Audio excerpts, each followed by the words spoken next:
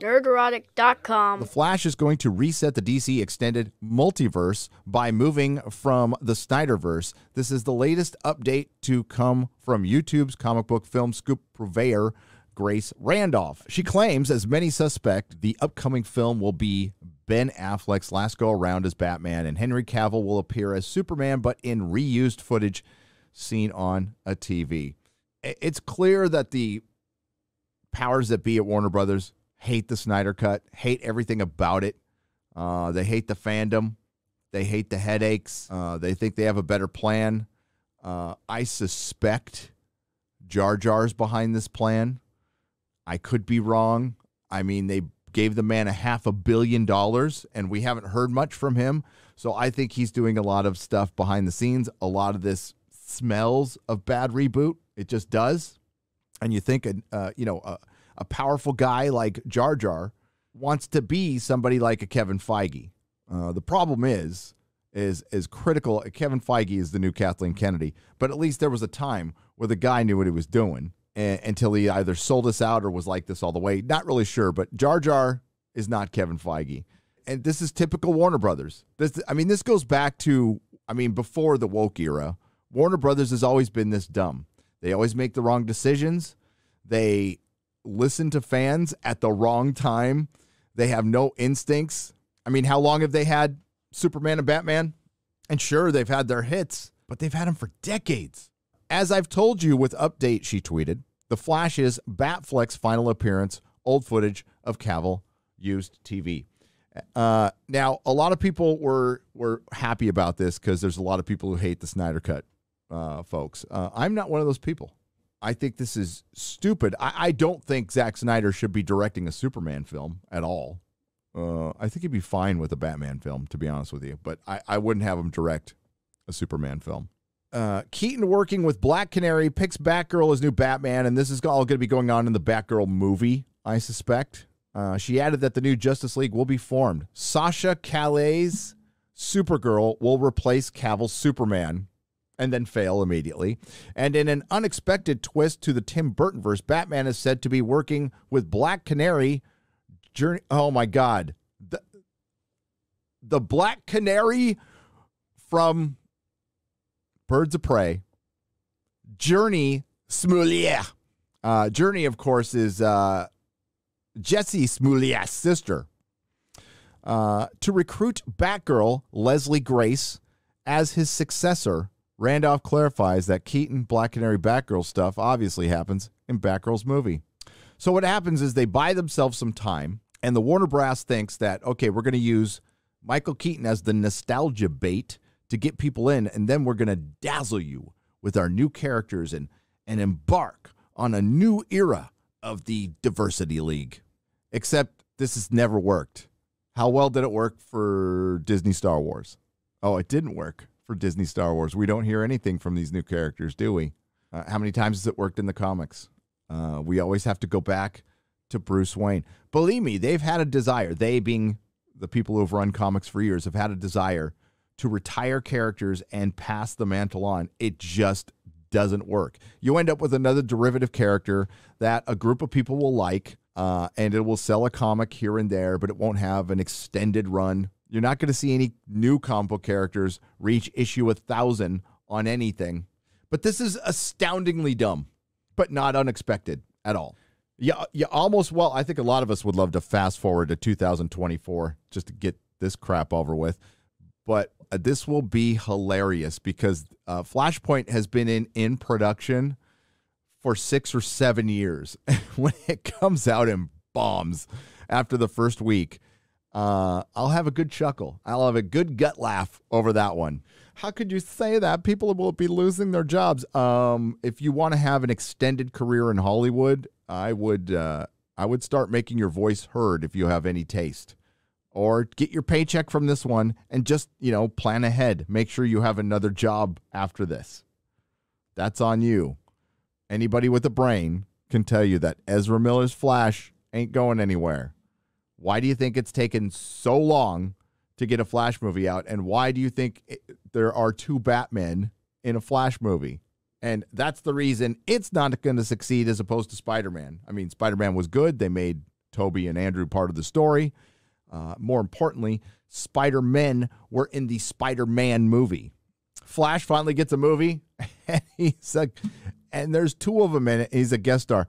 And it almost does look like three Ezra Millers right there, right? They all have the same haircut because Hollywood's buying into this. We're all just going to be pod people and there's no difference and we all need to look the same crap. I wonder how well that's going to work out for him. God, that looks terrible.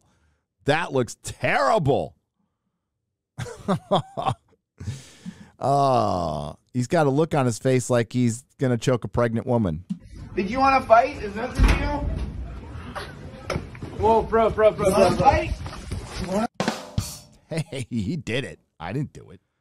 Ooh, that's going to be bad. That is going to be so bad. And there are going to be some YouTubers who are going to be putting additions on their homes over this. Yellow Flash is going to have to make Yellow Flash 3.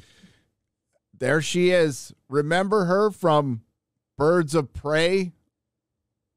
Imagine getting a role because your brother faked a hate crime. Hollywood's such a weird place.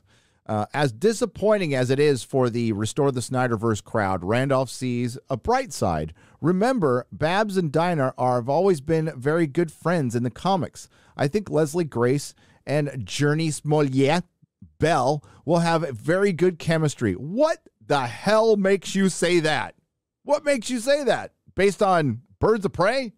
Man, the chemistry was sizzling in that flop. It was a flop. Also, and to have a superhero woman of color mentoring another would be very powerful.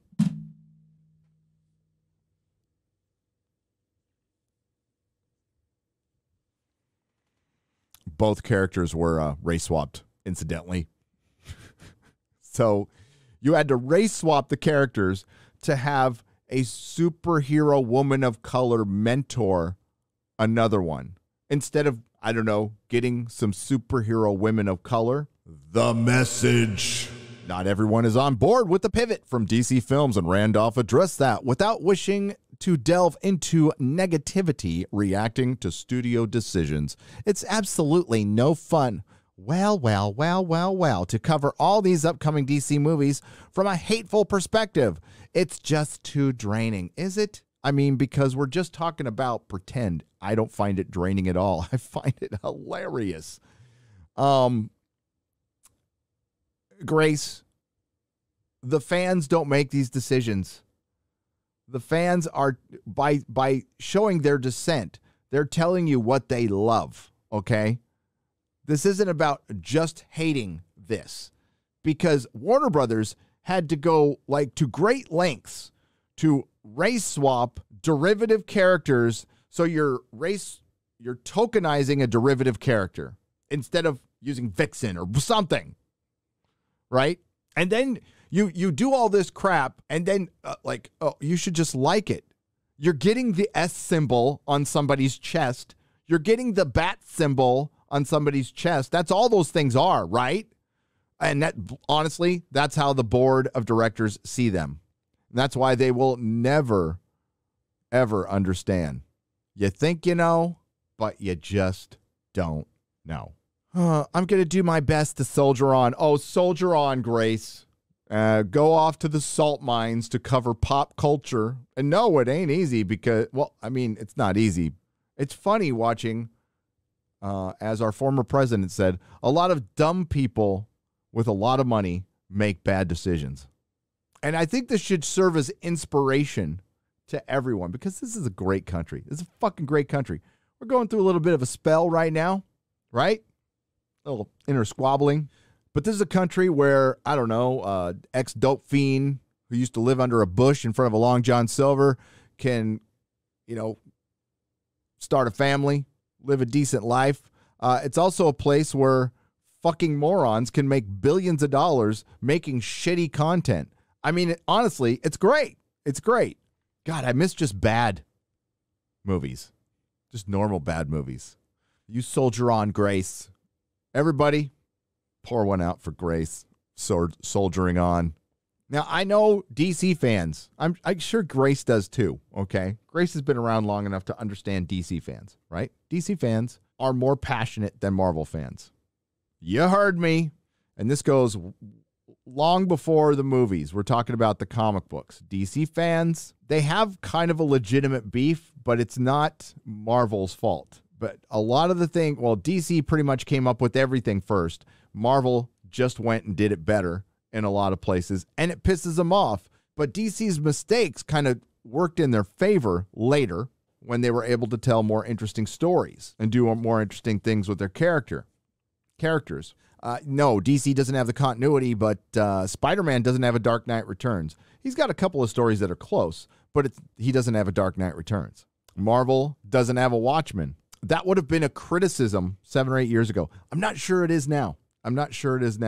Because as time goes on, I still love Watchmen, but what it's done to the comic book industry is a lot of damage. It's been stuck in this postmodernism nihilist fucking thing when the Watchmen was just supposed to be a one-off, right? It was so different. It was supposed to be a one-off, and then we just got copy after copy after copy. And some are good. All right. But it's tired now.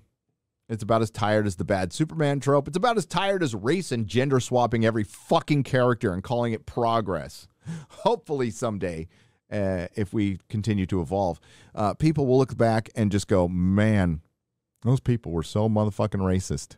They're like, look, marginalized person, we race and gender swapped a character for you that you can play with now. We took something away from the evil white people who are marginalizing you, and here's a little present from the good white people. Now you can play with the thing that we decided you can play with. Oh, well, I'll soldier on. Nerdrotic.com. Please subscribe. If you like what I do here, please consider subscribing to the channel and liking and sharing the videos. It really does help. And if you did this with your favorite YouTuber as well, I'm sure they would appreciate it as much as I do.